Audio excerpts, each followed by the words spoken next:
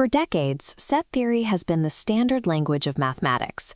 It defines objects by dissecting their internal elements, looking inside the box to see every individual number or symbol that makes it up.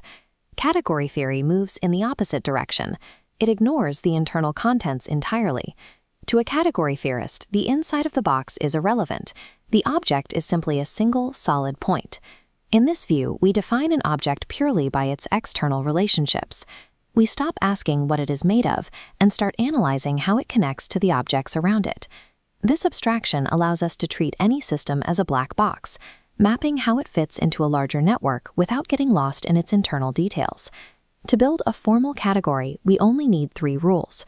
First, we have objects, the dots A and B.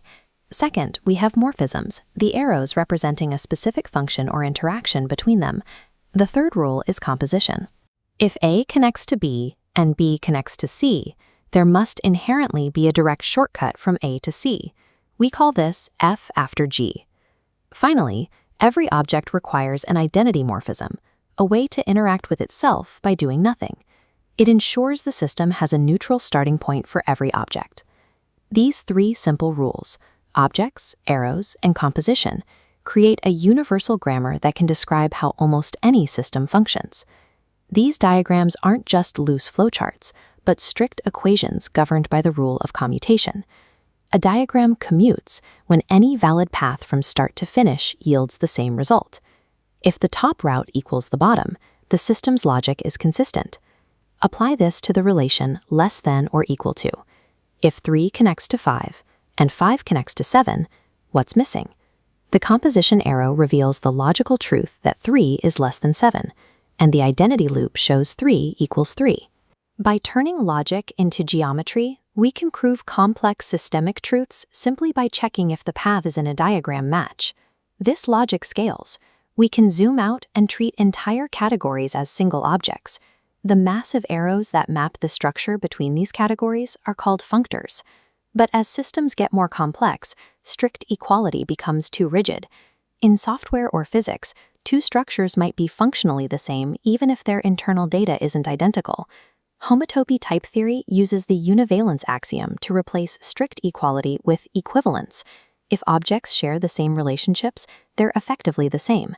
Furthermore, higher categories use 2 morphisms to map the relationships between relationships, allowing us to model how interactions change over time. These upgrades transform category theory into a tool for the modern world, giving us the language to verify complex computer code and model the behavior of chemical reactions.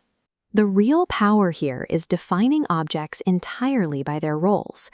This is known as a universal construction. Look at how we define a product. We don't list its parts.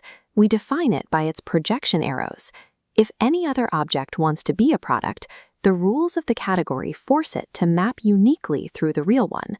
You now have a complete toolkit: objects and morphisms to build the structure, composition and commuting diagrams to verify the logic, and higher categories to scale to the most complex systems.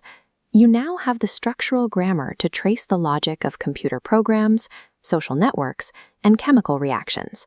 By following the arrows, you can see the universal connections that bind different systems together.